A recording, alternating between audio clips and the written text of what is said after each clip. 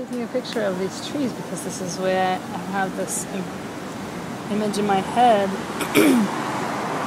how I want the trees to appear, because they're slightly haunting the way that they are arching over at you, and I want to create kind of, oops, this haunting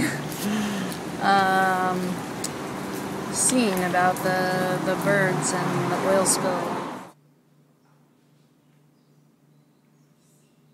The trees are dead, but yet the birds are still alive, but they're barely alive because of the oil, and kind of what our impact has been on them. So is that what you're trying to do with your whole exhibit, or is this just an element woven into it, or?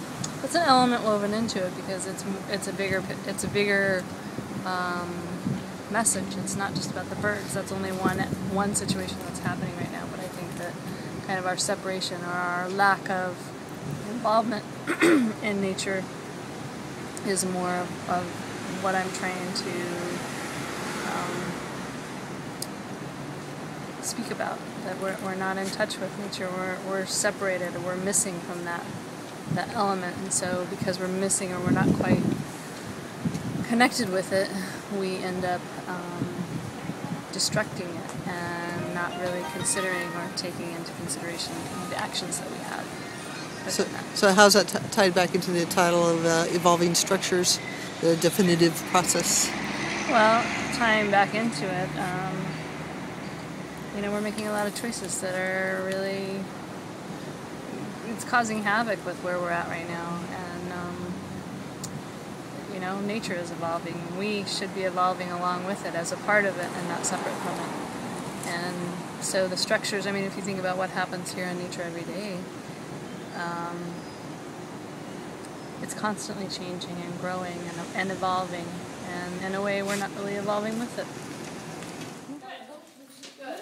Alright, so you girls need more and more pieces and start weaving vertically while I'm holding it. Remember, it's gonna, some of it will start to come apart, but what I want you guys to do is make it that eventually we can just leave this stand by itself.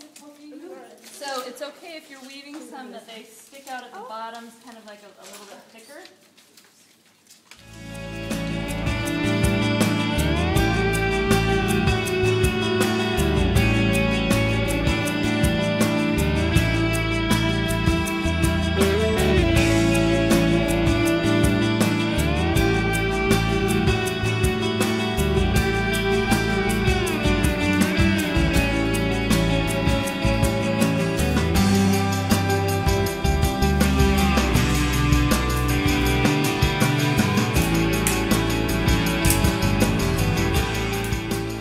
Arun Sharma. Okay. And I'm a sculptor, and as you can see, I'm working on this ant farm coffin, where there's a plexiglass coffin, and around the outside of it is a working ant farm.